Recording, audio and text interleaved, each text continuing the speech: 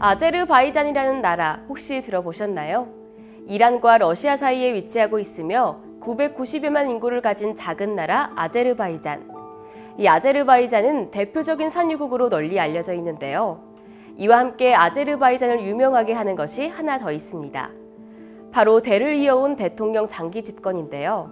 왕권 국가도 아닌데 대를 이어서 대통령직을 수행하고 있다는 사실 믿겨지시나요?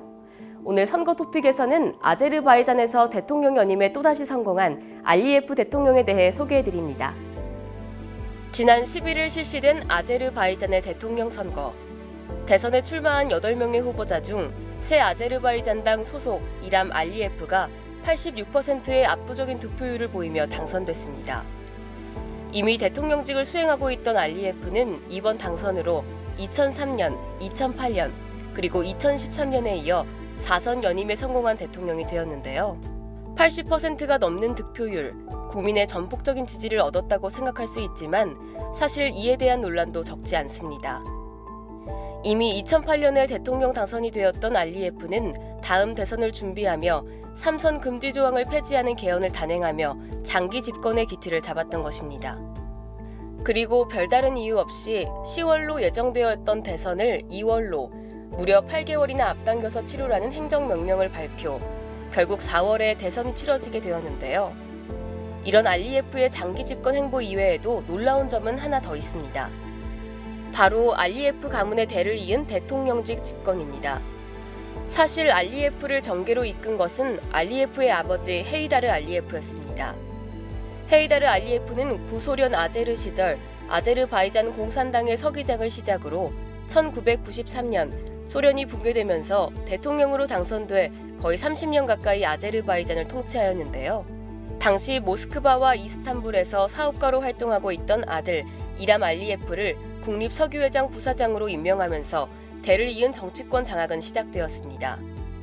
그러던 1995년 이람 알리예프가 국회의원으로 선출되고 2003년 아버지의 힘으로 결국 총리로 임명되면서 후계 구도의 수순을 밟아가고 있었던 것입니다.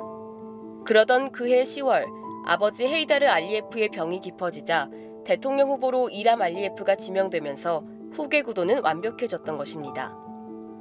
그리고 같은 달 이람 알리예프는 대선에서 77%의 지지율로 대통령에 취임하였습니다. 알리예프 집안의 욕심은 끝이 없습니다. 2016년 2월 이람 알리예프는 개헌을 통해 아내를 부통령 자리에 임명하고 같은 해 대통령 임기를 5년에서 7년으로 연장하기에 이르는데요. 이런 알리예프 집안의 장기 집권이 가능한 배경으로 외신들은 알리예프 일가의 권력 장악, 그리고 야권의 부재, 시민의 안정 추구 성향을 꼽습니다. 이른바 오일 달러가 충분한 산유국 아제르바이잔 국민들은 큰 변화를 원치 않기에 안정적인 삶을 위해 같은 대통령을 계속 선출한다는 것입니다. 이람 알리예프는 이번 대통령에 당선됨으로써 사실상 2025년 4월까지 대통령직을 유지할 수 있게 됐습니다. 아버지 헤이다르 알리예프가 옛 소련 아제르 시절 국가보안위원회 아제르 지부장으로 사실상 권력 1인자 자리에 오른 것을 고려하면 아버지와 아들 2대가 50년 가까이 아제르를 통치한 셈인데요.